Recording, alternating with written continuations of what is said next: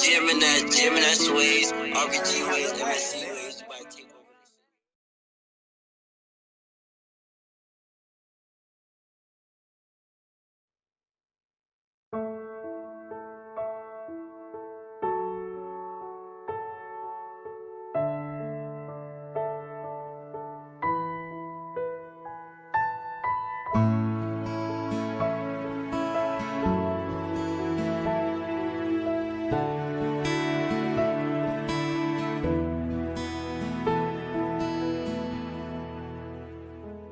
Kajing em ka jonga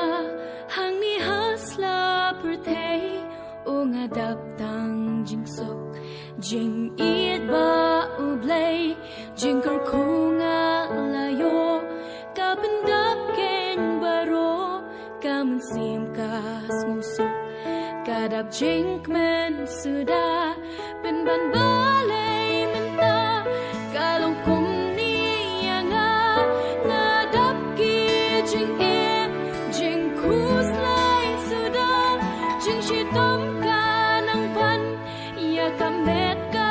jonga, amanu ban ya rap yanga.